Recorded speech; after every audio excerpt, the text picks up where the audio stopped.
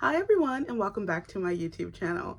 So yesterday was Thanksgiving and I had a great time with family, had great food, but now it's Black Friday and I'm ready to do some shopping. I know that Black Friday isn't what it used to be. Back when I was a kid, my mom would buy me a Nintendo, my brother a PSP for Christmas, and those would be actual deals.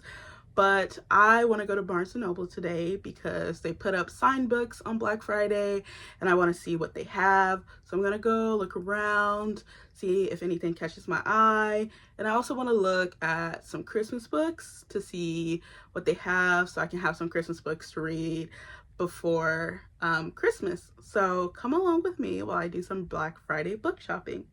Let's go.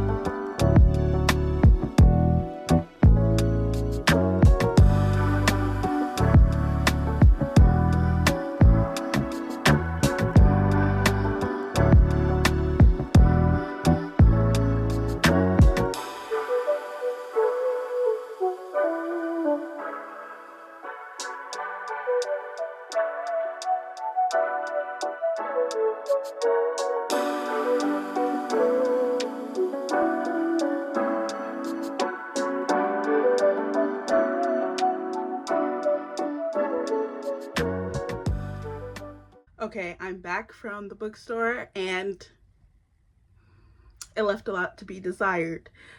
The signed books, there weren't many. And the ones that weren't really ones I was interested in the first place. But you know, I did find some things. Actually, I found too many things. I found more things than I wanted to find. But that's the life of a book lover. So let me show you what I got.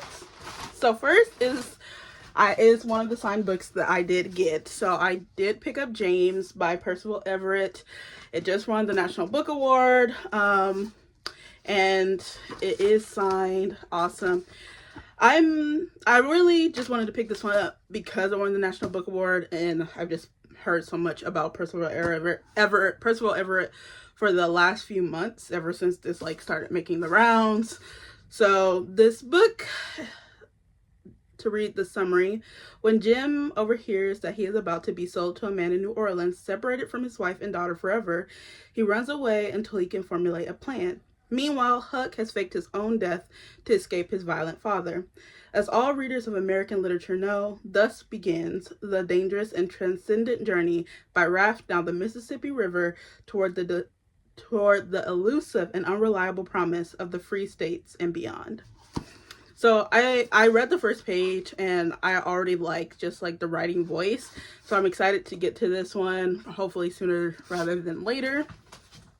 Next, I picked up a variety of manga, literary fiction, science fiction, and fantasy.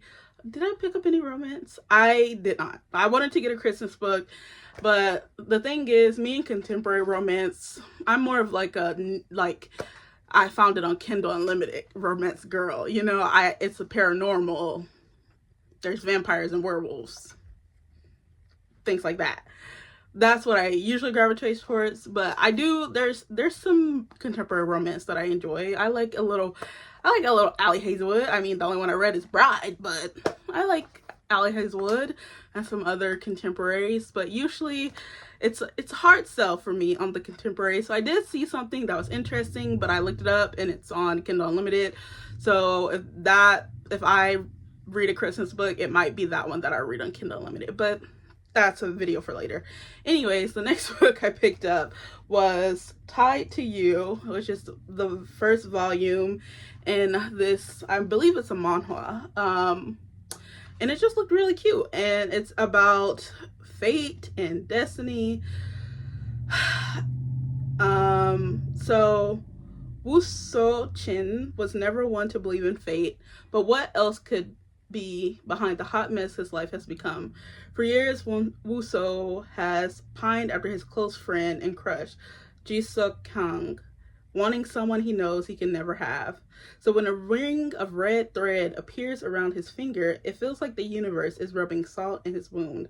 This ring connects a person to their soulmate, and with it, neither can fall asleep when the other isn't present. The man with the other half of Woo So's set, Ji Gon Kang, Ji Suk's older brother. Determined not to let Ji Suk find out, Woo So avoids Ji Gon like the plague at the expense of his own health. But I think it's going to be good, so I'm excited. Forgive any butchering of names. Sorry. Next, I picked up Blues in Stereo by Langston Hughes, curated by Danette Smith. So these are the early works of Langston Hughes, who was an African-American poet during the Harlem Renaissance. This is when he was like the most prolific, I guess. So I already flipped through and read some of the poems, and many people in America probably learned or read some of Langston Hughes' poems while we were in middle and high school. So I really want to get to this. I'll probably get through this soon, and I'll read it fast because it's really tiny and the poems are really short. So there's that. Then I got January's by Olive E. Blake, and I think it's a story collection, right? About fairy tales and contemporary heists and absurdist poetry. So it's a collection of many things. So I really loved, there was some really great art in here, and so I really wanted to pick it up, mostly partly for that, but I also think the stories might be good. I've never read any Olive E. Blake, so if I read this one first, this will be my first. I own 2 or 3 of Blake's other books, so but I might get to this one before the others because I'm just really interested in short stories. So next I picked up The Last Gift of the Universe by Riley August. I picked this one up because I really I was drawn to the cover, and then I read the first paragraph and I was like, ooh, sounds fun. So just to read you the first couple sentences, you would think that flying against a backdrop of foreign dying stars, the last thing I'd have to worry about would be cat vomit. But lo, Pumpkin has violently expelled his hastily eaten breakfast. He sits there in the viewport of my cabin, grooming himself while I smack a cat vomit removal gel pad on the plush little rug next to my bed. I didn't read the summary. I don't want to read the summary. I was drawn to the cover and the opening got me. So that's all for that. And then I picked up Blood of the Old Kings by Sung Il Kim, translated by my favorite translator of all time, Anton Her. So mainly I bought this book because it's translated by Anton Her. I follow his career closely, and I want to collect as many of his translations as I can. So this is one that I saw when it was coming out. I was like, oh, must get it. And it is about an empire run on necromancy, dead sorcerers. Let's try that again. In an empire run on necromancy, dead sorcerers are the lifeblood. Their corpses are wrapped in chains and drained of magic to feed the unquenchable hunger for imperial conquest. Born with magic, Aryan has become resigned to her dark fate. But when the voice of a long-dead sorcerer begins to speak inside her head, she listens. There may be another future for her if she's willing to fight for it. Yeah, sounds good, doesn't it? That's how they got me. That's how they got me in the store, because I was like, this sounds really good. Okay, then I got Unholy Blood by Lena Lim. This is, I think it might be a manhwa, possibly, potentially. So I picked this up because it just looked really cool, and it's about vampires, and that's kind of all I needed to know. I read the opening and I was like, looks good. So I got that. And then finally I picked up another vampire book, Bloody Sweet by Narai Lee. Look at that. And this one is like not your average vampire story. Gloomy, introverted, and the daughter of a shaman, Nairim is an easy target for the bullies in her class. With no friends and an aloof mother, she faces this daily nightmare all alone. But just as she hits rock bottom, her knight in shining armor swoops in, except he's dressed in sinister black and he's an ancient vampire. Fetechu makes it no secret that he desires her blood, but he'll work for every job by giving her back what she most desperately needs, her smile. Can his manic energy help Nairim come out of her shell? Isn't that cute? I need cute in my life. So, yes, that's it. Those are the 8 books I picked up on this Black Friday Barnes & Noble run. I'm excited to read. If any of those look good to you, tell me which.